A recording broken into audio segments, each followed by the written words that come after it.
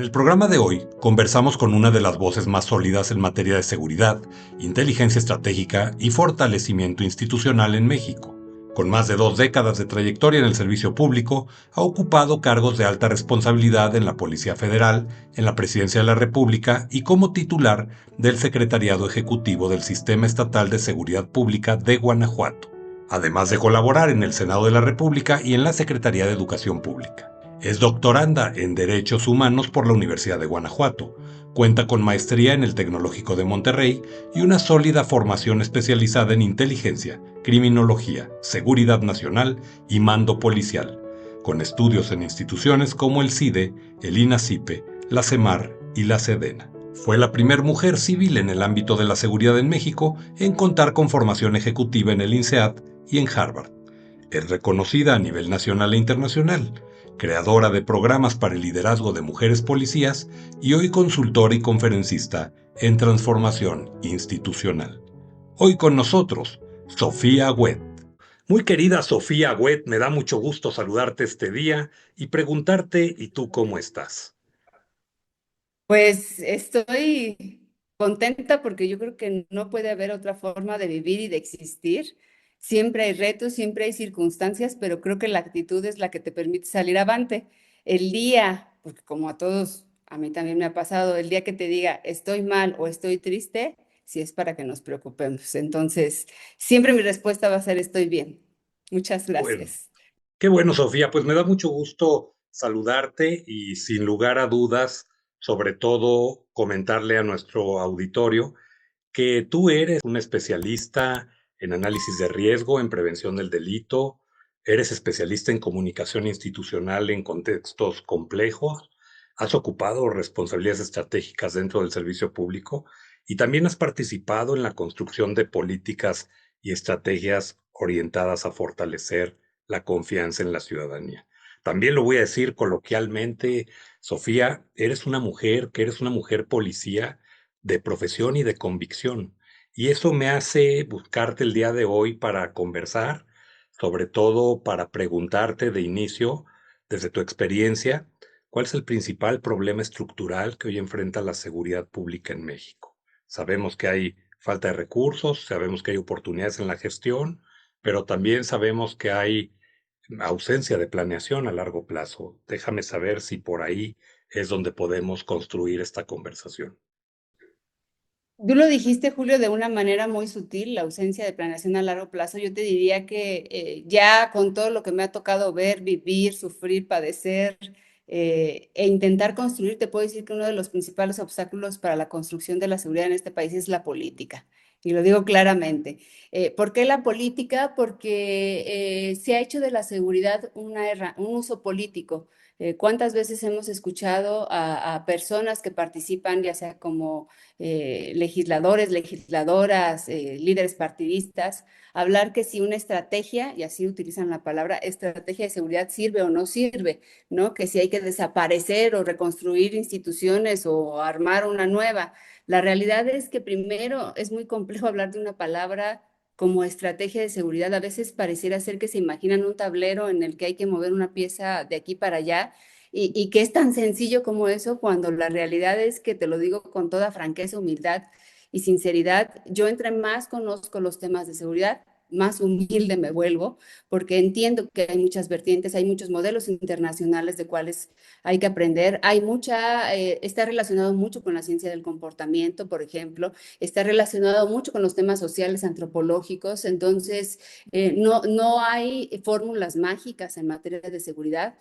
Y por ello, la construcción de instituciones tiene que ser a mediano, largo y largo plazo con soluciones también inmediatas. Entonces, la seguridad se liga mucho con el estilo de gobernar, con ocupar posiciones. No es poco común que se pongan estas posiciones a personal que no tiene experiencia en la materia y que más bien hay una conexión personal antigua con quien toma las decisiones, por ejemplo, desde un ejecutivo municipal, estatal o federal. Entonces, no le hemos dado como país la seriedad suficiente a los temas de seguridad y hemos permitido que la propia política cada 3 o 6 años haga reset en las instituciones e inventemos algo nuevo. Hay países como Colombia, Chile, España, que hablamos de instituciones policiales pues ya de más de 100 años y que eso es lo que ha permitido generar otras condiciones. No quiero decir que sean las ideales, siempre habrá puntos de crítica en estas naciones, pero digamos la base ya está construida y más bien las instituciones se tienen que adaptar a los retos. No volver a construir instituciones, ya sea sobre los cimientos, lamentaciones o sobre la nada que regularmente vemos en este país. Las instituciones de seguridad tienen que evolucionar a mejorarse, pero no las puedes desaparecer y no las puedes modificar a una voluntad política. Una cosa, Sofía, es muy común ver en los ayuntamientos, sobre todo hacerse la pregunta si la falta de seguridad parte de los cuerpos policíacos, del patrullero, de la patrulla, desde la patrulla hacia la ciudadanía o desde la toma de decisiones de un palacio municipal donde un alcalde o alcaldesa rehúye también a su responsabilidad de la toma de decisiones, de asumir su papel con los costos que esto representa, desde luego. No digo que sea una tarea fácil, pero me da la impresión que hoy una falsa expectativa es que el alcalde o el gobernador en turno son ajenos al tema de la seguridad, sin tomar en cuenta que una de las esferas principales donde tendría que tomarse una decisión inmediata y quien tiene el primer contacto y noción posiblemente de algunos desafíos delictivos es la propia autoridad municipal. Lo dijiste muy bien, hay ciertos mandatarios y mandatarias en lo municipal que pareciera ser que creen que ganan elecciones para cortar listones y aparecer en la foto, y que cuando existen problemas o condiciones de seguridad que hay que resolver, siempre voltean a nivel superior a pedir ayuda o a bien responsabilizar o incluso decir es que no me corresponde, cuando la realidad es que tiene que ser un tema de corresponsabilidad. Y también en el ámbito municipal, pues existen varios escenarios.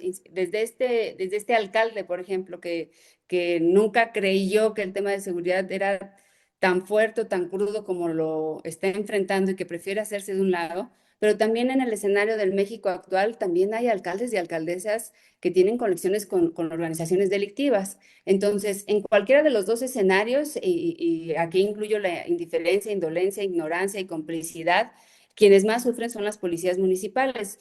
¿Cómo le exiges y cómo construyes una policía honesta si la cabeza no tiene el interés, el conocimiento o existe un compromiso más allá del que debe de tener con la ciudadanía? Te puedo decir que he escuchado hablar más a policías frustrados, hombres y mujeres, con instituciones que no les respetan, con malos mandos y con malas condiciones para el desarrollo de una carrera policial, que los casos que hemos escuchado, que también son muchísimos, de corrupción institucional. Entonces, eso requiere un análisis amplio, largo. Yo creo que por eso las instituciones policiales tienen que quedar, si no blindadas, sí con reglamentos y reglas del juego muy claras, cuyas decisiones incluso sean colegiadas, cuya supervisión sea abierta, cuya participación ciudadana sea amplia y no se conviertan en una caja oscura que termine sirviendo a los intereses de un actor político.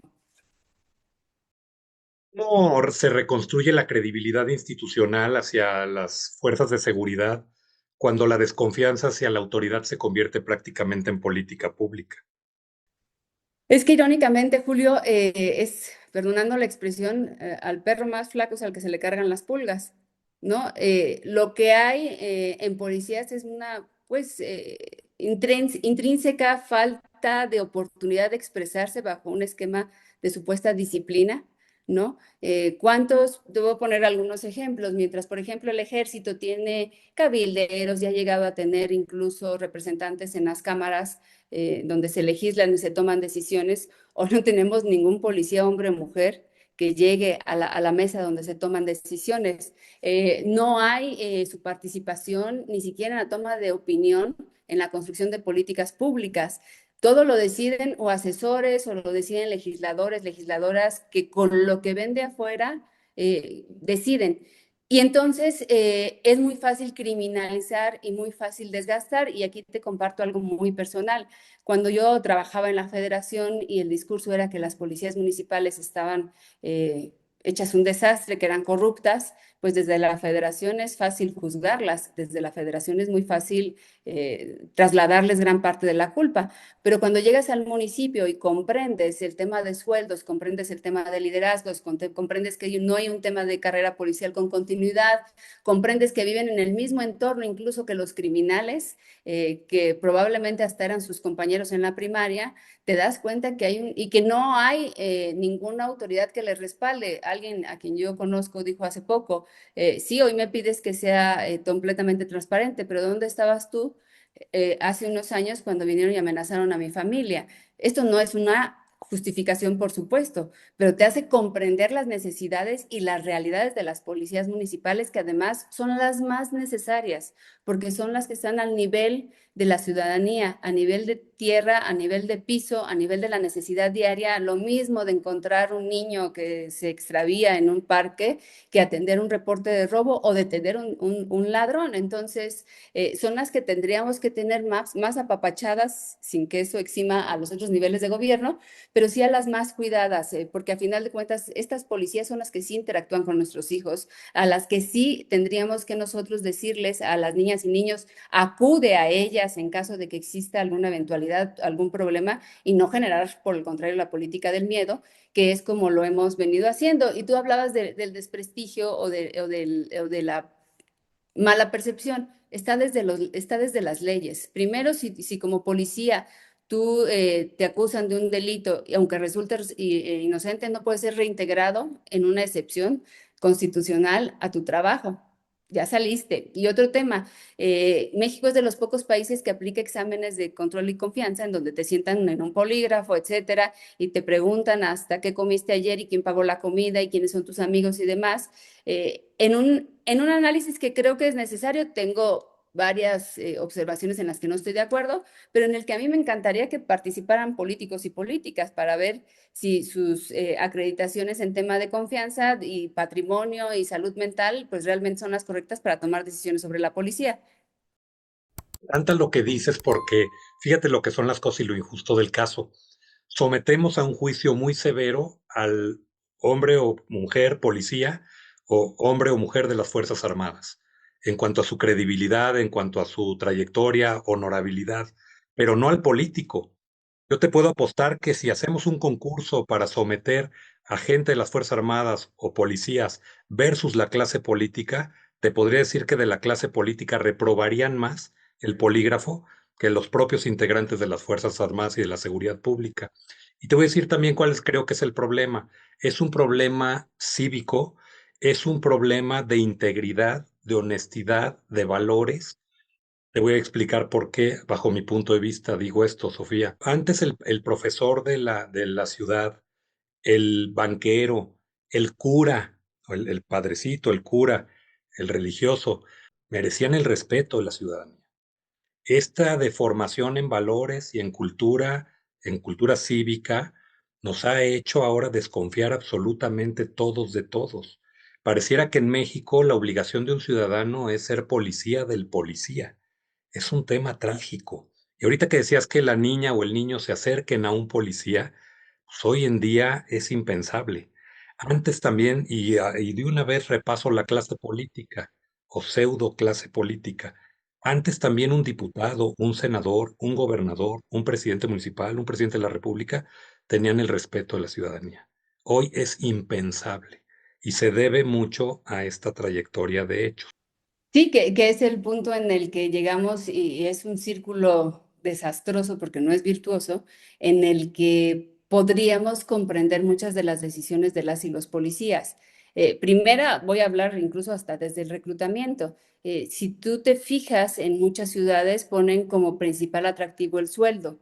¿Quién quisieras tú? ¿Alguien que entre por vocación o por sueldo? Francamente, entendiendo además cómo es esta función y cómo es estos retos que vives diario, si alguien entra por sueldo, nunca le va a alcanzar. Si entra alguien por vocación, siempre le va a ser suficiente. Y ahí se encuentra un factor diferenciador en el tema de corrupción. Ahora, ingresas y entonces encuentras que la carrera policial que tenías visibilizada o visualizada como un plan de vida, puede ir cambiando conforme las decisiones políticas y entonces entras incluso en un tema de frustración. Creo que una de las profesiones que requieren mucho manejo del estrés, no solamente por el trato con la ciudadanía, sino también por las situaciones que hay al interior del gobierno, pues es servicia junto con el tema de la frustración. Porque además en el México de hoy no solamente hablamos de robos, no solamente hablamos de delitos patrimoniales, hablamos de una sociedad que ha optado por el consumo de sustancias ilícitas, por el consumo de drogas, y que ese consumo de drogas genera un nivel muy básico de violencia. No estás viendo a los grandes delincuentes pelearse y terminar con la vida unos de otros. Estamos viendo en muchas de las ocasiones a narcomenudistas de una banqueta a otra pelearse por quién distribuye ese territorio y que en este contexto es muy fácil culpar al policía, ¿no? Es muy fácil culpar a quienes tienes próximo y es muy fácil también para la política hablar desde, por ejemplo, la oposición, que la seguridad no sirve, en lugar de hablar de una política pública de salud, de una política de integración familiar y también para las propias autoridades responsables trasladar toda la culpa o todas las responsabilidades a seguridad, porque además se convierten en fusibles que se pueden cambiar para terminar con el costo político. La pregunta que yo tengo también en la reconstrucción de este tejido social, ¿cómo volver a recuperar ese honor y dignidad de la profesión del policía? ¿Cómo construirlo, Sofía? Porque creo que va a pasos agigantados, cada vez el descrédito es mayor, la falta de respeto.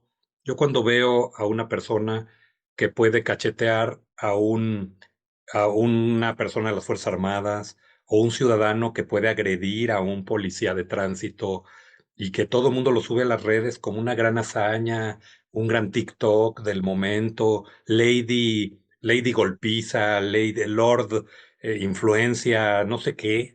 Eh, ¿Qué pasa con todo esto? Deteriora muchísimo la imagen de las Fuerzas Armadas. Mira, Julio, yo creo que siempre yo he establecido tres variantes por la que la gente no quiere a la policía. Una, porque es delincuente y pues no nos interesa que quiera a la policía. Dos, porque ha sufrido una afectación de un hecho de prepotencia, un hecho de corrupción en el que resulta lastimada esa persona y evidentemente no quiere volver a saber nada de la policía. Tres, porque no la conoce, es decir, no hemos sido lo suficientemente capaces, y me incluyo a ratos porque hoy mi posición no es pública, no hemos sido como Estado mexicano, vamos a ponerlo así, lo suficientemente capaces de defender y de construir una credibilidad sobre la única figura en servidor público que carga una bandera en su uniforme y una estrella y que termina siendo la representación más directa del Estado mexicano. Fíjate lo grave que estamos hablando. Quien cachetea o humilla a un policía está afectando no a una persona que porta un uniforme, sino a la primera aproximación que tiene del Estado mexicano representado. Entonces, para mí son cualquiera de estos tres escenarios. Y ahí justamente yo agregaría a este tipo de personas prepotentes, este tipo de personas que humillan, en el primer grupo. Aunque si bien no son delincuentes, son gente que tienen desprecio por la ley, desprecio por las autoridades y por eso lo vemos ahí. ¿Qué es lo que tendríamos que hacer? Irnos al tercer escenario que es que la gente conozca a la policía, que ser policía se convierta en un aspecto aspiracional, en una posibilidad de una carrera de vida y que no estemos viendo a personas que no tienen trabajo y acaban ahí. Mi aspiración, porque además fue como a mí me tocó vivirla, es que veamos jóvenes universitarios, hombres y mujeres, ingresando a la policía, que terminaría siendo el campo o ámbito de acción más natural para ciertas vocaciones de vida. Y que eso te va a permitir que el segundo escenario, que es la mala experiencia que pudiera tener alguien con la policía, que son hechos, por ejemplo, de corrupción, pues se vayan disminuyendo y se vayan transformando en la excepción y no en casos generalizados. Entonces, sí creo que como sociedad no hemos terminado de entender que cuando perdemos a la policía, perdemos cualquier posibilidad de defensión en el nivel más básico. Lo ideal es que en este país podamos comprender que si nosotros como ciudadanía no abrazamos a la policía, después ya no hay nada, ¿eh? Y creo que las consecuencias ya las hemos visto en diferentes momentos, en diferentes territorios del país, en donde ha sido estas ausencias de la autoridad la que ha creado vacíos que ha logrado o provocado la creación y el aumento, el crecimiento de los grupos organizados, que finalmente son quienes en ciertos territorios terminan imponiendo sus condiciones en contra de la gobernabilidad institucional. Sería también adicional a esto sano que se vieran consecuencias reales para enfrentar a un policía que no actúa con honestidad, es decir, que el sistema realmente castigara la corrupción, pero al 100%, que hubiera evidencias de castigos severos a quien también por parte de la autoridad violara la ley. Pero sabes que ahí creo que podría eso reducir a lo más simple, sancionar al integrante. Te voy a poner un ejemplo. Tienes un alcalde que tiene vínculos con el crimen organizado y que entonces pide al policía realizar ciertas conductas ilícitas, desde no patrullar, no participar, llevar información, replegarse, etcétera. Lo más fácil sería juzgar al policía, pero si entendemos un contexto mucho más amplio, el policía podría estar siendo incluso una víctima de... Claro, del alto mando de la política. Exactamente, el escenario se vuelve mucho más complejo porque aunque si bien el policía pudiera ser el ejecutor material final, existen otras condiciones como las que te comento, que son las que propician esas conductas y que deshacerse del policía es bien fácil. Lo Siempre corres y ya. el hilo cae por lo más delgado, ¿no? Sí, claro, el verdadero reto es ir hacia esos, por ejemplo, de lo que estamos hablando en este contexto, que no son los únicos, pero es ir en contra de esos alcaldes y alcaldesas que realmente son quienes están instrumentando a la policía para sus intereses particulares. Y lo acabamos de ver en el caso de Jalisco, en el municipio de Tequila. Utilizaban la Dirección de Obras Públicas, utilizaban registro, bueno, el área de predial, utilizaban a la Catastro. policía Ujú. en tu catastro. Entonces, finalmente ahí te das cuenta cómo pueden utilizar estas áreas para fines criminales, ¿no? Como una extorsión, un chantaje. Entonces, yo creo que siempre el tema de ir hacia quien toma las decisiones, hacia la cabeza, es el reto que nos permite cambiar y realmente transformar realidades. ¿Qué tipo de instituciones de seguridad necesitaría México? ¿Más militarizadas, más civiles, más técnicas, más profesionales, todas las anteriores? Mira, yo estoy convencida que en términos de militarizar y en términos de seguridad ciudadana, cada una de las instituciones y definiciones incluso tiene su propia vocación. Para las Fuerzas Armadas ha sido complicado participar en tareas de seguridad por diversas razones, incluidas el propio trato con la ciudadanía, porque finalmente su concepción es la defensa del país, su concepción es la soberanía e incluirlas en tareas para las que históricamente no estaban destinados, porque preparados siempre están, pero los retos son distintos, les genera un grado más de dificultad. Los modelos internacionales que han sido exitosos, pues optan por instituciones civiles de seguridad al servicio de la ciudadanía, seguridad ciudadana, no nada más seguridad pública, porque luego ahí vale la pena hablar de la diferencia en los conceptos. No solamente es generar condiciones de seguridad, sino que además la gente encuentre condiciones de seguridad, que además estas instituciones de seguridad que sean totalmente civiles puedan tener los ingredientes fundamentales y muy necesarios, que tú hablabas de temas de técnicos, temas de profesionalización permanente. Por eso yo hace un ratito te platicaba que lo ideal sería que habláramos de personas con preparatoria, carreras universitarias, participando en las instituciones policiales, porque además en gran parte del país nos hemos acostumbrado a reclutar a quien llegue. Y por el otro lado también hay estados en México en donde los sueldos de policías son más altos que un profesionista, sí en una responsabilidad que ha tenido los gobernantes y políticas públicas de aumentar los sueldos, pero terminas contratando al de prepa.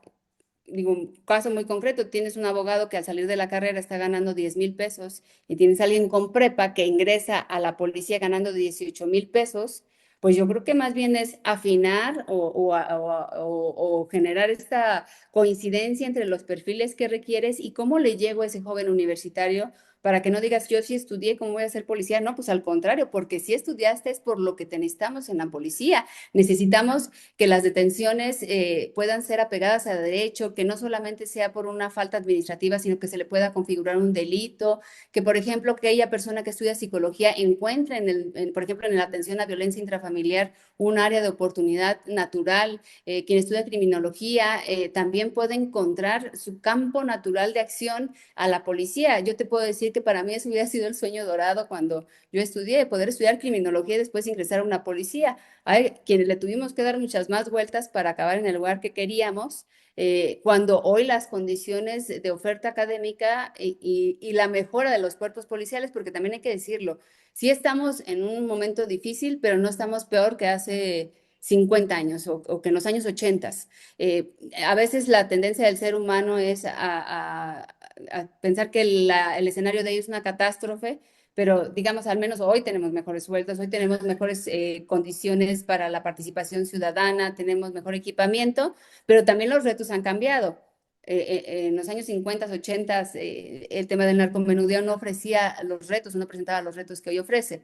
Pero entonces estaríamos hablando pero yo creo que todo parte, Julio, y me regreso un poco al inicio de esta conversación, todo parte de blindar a las instituciones. Si yo como universitario quiero ingresar a una policía y me doy cuenta que ahí los manejos y los estilos son unipersonales o políticos, ¿qué futuro me espera? ¿No? Se convierte en un esquema o un escenario muy complejo de poder digerir, ¿no? O de saber que si llega alguien a tomar decisiones, pues puedo ser la primera que me voy por la puerta porque incomodo con mi nivel de conocimiento a alguien que tiene menor que yo. Entonces, creo que estos son escenarios que podemos prever que también se podrían presentar cuando buscamos profesionalizar a la policía, pero la profesionalización no existe en la clase política.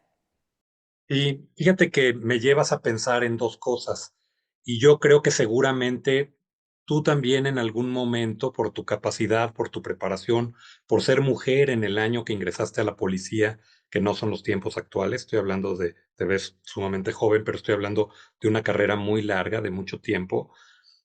También yo creo que incomodaba ese conocimiento, ese apetito, esa capacidad, esa preparación a otros mandos al interior que habían llegado muy posiblemente de manera empírica, pero que no habían continuado su preparación. Y yo creo que también al interior de las Fuerzas Armadas y de las fuerzas policiales, esto debe ser un gran reto, ¿no? Esta nueva generación más preparada versus la generación que se hizo a través del conocimiento en sitio. ¿Eso te llegó a pasar? Sí, claro, y digo, anécdotas hay muchas, ¿no? Recuerdo una que en algún momento algún jefe me dijo, pero es que él tiene 30 años de servicio y cómo vas a tener, no sé, el mismo grado, ¿no?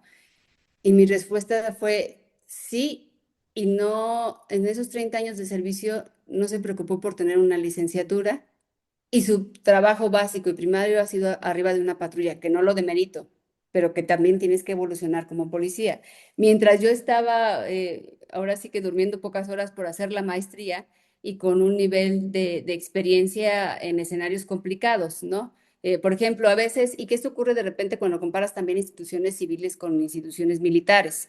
No podemos comparar o no podemos equiparar lo que un policía vive en el servicio diario con lo que viven las Fuerzas Armadas, que tienen que estar en condiciones diferentes. Por eso a veces hay también este choque de visiones en los grados. Yo te puedo decir que para bien o para mal, a veces a las y los policías se nos corren terracería y en la prisa, ¿no? Había un estudio ahí, por ejemplo, que decía que la policía tenía sobrepeso, en el caso de mi institución, Policía Federal.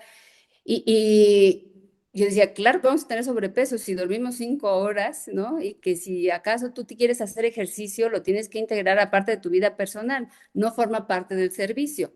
Como en el caso, por ejemplo, de las Fuerzas Armadas, pues sin duda el tema de hacer ejercicio forma parte de su rutina, que creo que es el deber ser. Entonces no me sorprende que tengamos sobrepeso si estamos sobreviviendo diario. Y por el otro lado, en el tema de mujeres, sí, el tema de ser mujer es siempre un reto en materia de seguridad pública. Te quiero platicar que mi trabajo de doctorado lo estoy haciendo justamente en ese sentido, que es participación de las mujeres en instituciones policiales como factor de protección de derechos humanos y condiciones de paz.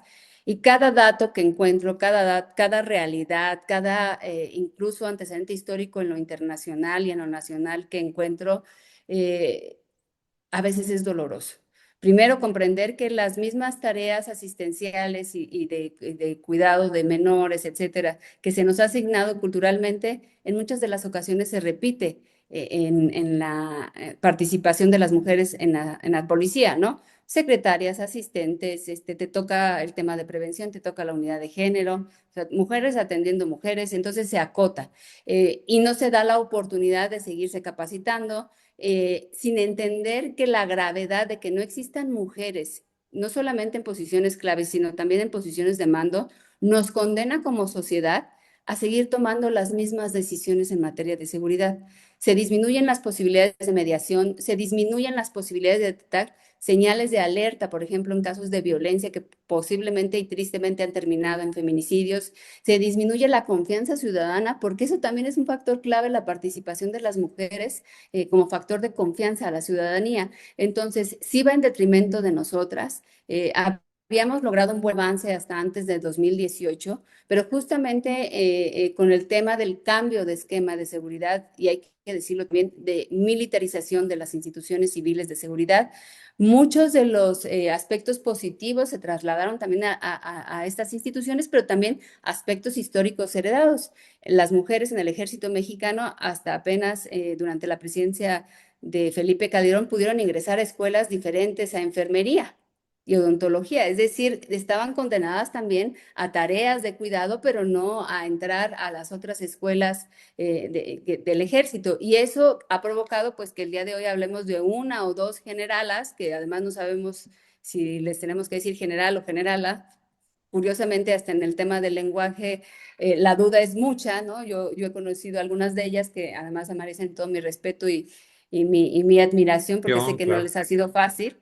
Entonces, ni siquiera hemos llegado a ese punto. Entonces, lo que ocurrió en la administración pasada fue que el número de mujeres en posiciones de mando fueron disminuyendo en lo federal, prácticamente el pasar del 40 al 5%, o todavía incluso menos, y que cuando estos modelos se trasladaban a los gobiernos estatales ocurría exactamente lo mismo. Entonces, sí ha significado un retroceso y yo estoy convencida, Julio, que cuando una mujer participa en el ámbito de la seguridad, las mujeres somos las que cambiamos. Cambiamos muchas cosas en nuestro estilo de vida, en nuestra personalidad, en nuestra forma de hacer familia. Y no creo que siempre sean las condiciones ideales. Pero por el lado contrario, cuando muchas mujeres participamos en la seguridad es la que va a cambiar. Y la seguridad es la que va a cambiar en un sentido de construir una sociedad diferente. Una de las primeras mujeres policías en Estados Unidos, la pregunta que le hacían es, ¿y cómo vas a detener a alguien si tú no tienes la fuerza suficiente? La respuesta de ella desde entonces creo que fue magistral y fue, yo no quiero detener a nadie, yo quiero generar las condiciones para que nadie tenga que ser detenido por la Supuesto. comisión de un delito. Y esto no quiere decir que seas menos fuerte o que no tengas la misma capacidad. Quiere decir que tiene que haber condiciones diferentes para hacer las cosas. Quiere decir que tenemos que construir soluciones y acciones diferentes para cada uno de los sectores. No podemos hablar todos los días y en todas las acciones de testosterona, con el respeto que tengo y la necesidad que existe la testosterona, pero no podemos tomar todas las decisiones en base a un género. Tiene que haber perspectiva de género también en la toma de las decisiones. Y pues obviamente este tipo de condiciones también se refleja al interior de las instituciones. ¿Cómo pretendes aminorar o atender la violencia de género cuando al interior de la policía estás teniendo situaciones de abuso emocional, abuso sexual, agresiones, etcétera? Entonces, no vas a poder contribuir a arreglar lo que está afuera si tú no partes de tu propia casa. Sofía, está pasando otra cosa también. Las nuevas tecnologías permiten ahora hacer delincuencia organizada a través de redes sociales, a través de teléfonos celulares, a través del secuestro de tu WhatsApp, a través de suplantación de identidad. En materia de prevención ciudadana, ¿qué recomendaciones concretas puedes dar sobre seguridad digital? Por ejemplo, el uso de la doble verificación en los teléfonos, tanta cosa tan cotidiana. ¿Qué nos recomiendas? Hay una gran cantidad. Hoy ya vives, sales de tu casa, te llega un mensaje que ya no pasó tu mensualidad de Netflix, que ya no te están cargando el teléfono, que des clic en una liga y ya te dieron en la torre con suplantación de identidad o tal vez secuestrando tu WhatsApp o tal. ¿Qué recomiendas para todo esto? Mira, Julio, yo creo que podríamos pasar horas hablando sobre las distintas modalidades, ¿no? A mí me llegaron en estos días un correo de que me iban a dar de baja mi cuenta de cierta plataforma de transporte de taxi, digamos, ¿no? Para no meter goles. Ujú. Y como esos me llegan diario, incluso de que si uno agrega un código no me va a llegar mi paquete, podríamos hablar horas de ese tema. Pero yo creo que el poder generar un mensaje simple, lo más simple, es primero, no es que alguien se meta a tu teléfono, no es alguien que se meta a tus redes sociales, eres tú con falta de medidas de seguridad. Ok, Todos los errores y todas las afectaciones que ocurren en esta materia, me refiero a nivel ciudadano, porque sin duda hay los hackers a los cuales nosotros no les interesamos, a ellos les claro. interesa las Las instituciones grandes bancarias, los corporaciones. gobiernos, etcétera. Nosotros no les interesamos y creo que también eso es parte de comprender. Su punto de partida es un error humano, donde diste datos y que no era una fuente confiable, donde te ganó la avaricia a la hora de pensar que podrías ganar un dinero extra con una nula participación en una rifa, ¿no? Te estás ganando una rifa para la cual ni siquiera participaste, pero bueno, con atender una llamada que resulta sospechosa, siempre, siempre, siempre hay que regresar a las fuentes primarias. Yo te decía de este mensaje que me llegaba, lo voy a decir de Uber, ¿no? De que se me iba a dar de baja mi cuenta y lo más fácil era hacer clic para actualizar mis datos, ¿no? ¿Qué hice en lugar de hacerlo? Y tenía efectivamente mucho tiempo que no utilizaba un Uber.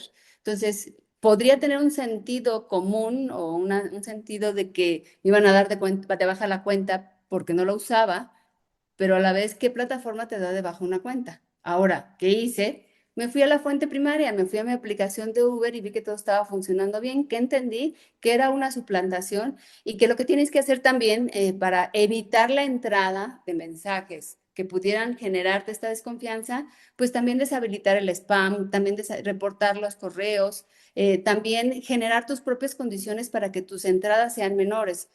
Hay veces que, por ejemplo, yo sugiero que tengas un solo correo para todo lo externo, ¿no? Que es el que utilices muy poco, para que sepas que todo, que, no sé, que si vas a una tienda y te piden tu correo para promociones, des ese correo y sepas dónde has puesto ese correo mientras tú mantengas protegido el tuyo. Hoy es muy común que en el súper, que creo que son de las cosas que van en este aspecto que tú comentas, en el súper te piden para beneficios tu número de teléfono.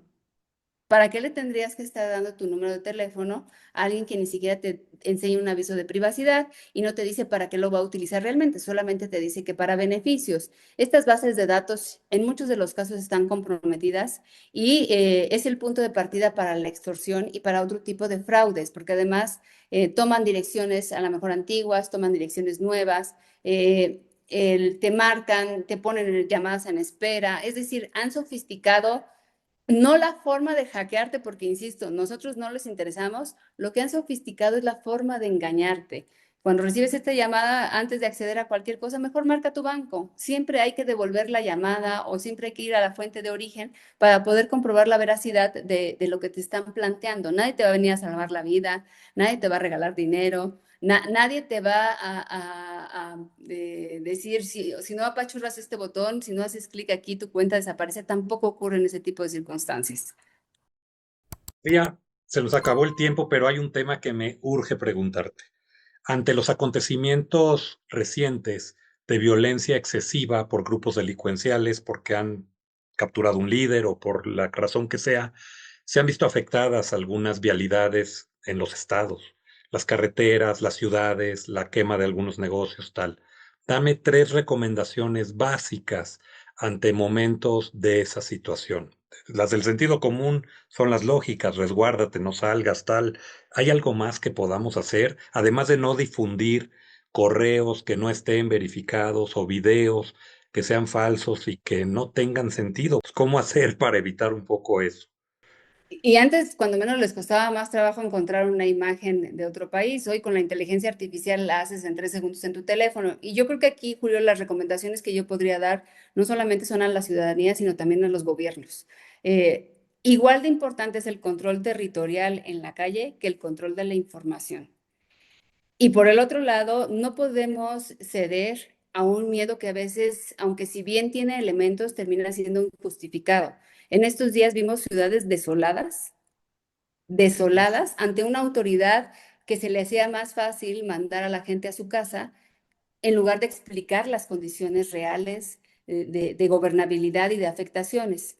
Sí, son hechos muy aparatosos, son hechos muy llamativos, pero que se logran con muy poco recurso. ¿Cuánto te cuesta un bidón de gasolina para ir a quemar un vehículo con alguien que lo roba? Y los efectos que producen en términos mediáticos son enormes, porque eso es lo que están buscando. Y además, estos efectos mediáticos no solamente es en medios de comunicación, sino a través de WhatsApp, por algo lo graban. Y esos efectos se ven reflejados también en el tema de la economía. No quiere decir que el dinero sea lo más importante, la vida siempre va a ser lo más importante, pero también hay que comer para vivir. Y hay ciertos sectores de la población que no nos pasaría nada si no salimos hoy y si no vamos a la calle, pero también hay otros sectores de la población que si hoy no vendemos y si hoy no trabajamos, nuestra economía se ve afectada. Entonces, creo que tiene que haber una actitud muy prudente de la autoridad en entender que la prevención no es mandar a la gente a su casa, que tiene que haber un buen manejo de crisis y por parte de la sociedad entender que el mismo daño hacen difundiendo imágenes que siendo las personas que le echan gasolina a un vehículo y lo encienden, porque el efecto es exactamente el mismo, ¿eh? Es contribuir a los efectos criminales.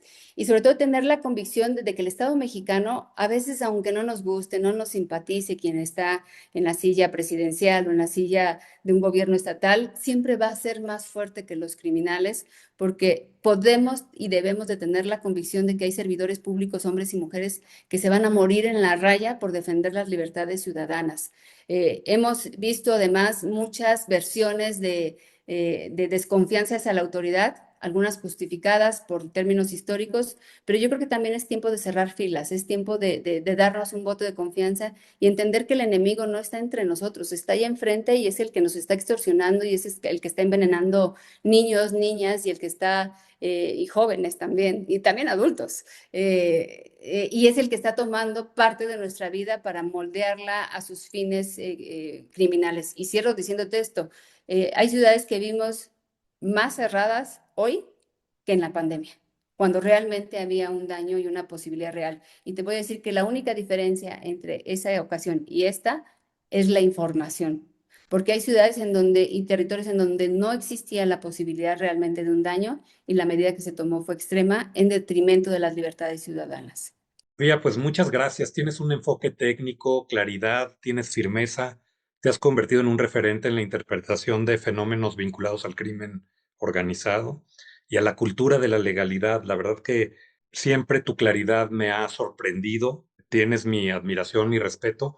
Muchas gracias por tu trabajo en favor de Guanajuato, en favor de muchas entidades del país a las cuales con tus consejos contribuyes a garantizar un México mejor. Te lo agradezco y agradezco mucho tu tiempo de este día.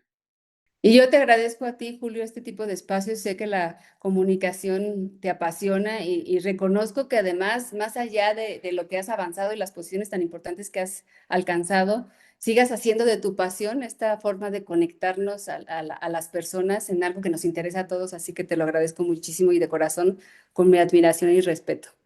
Muchas gracias, Sofía. Pues que tengas muy buen día. Te agradezco mucho. Gracias. Hasta pronto.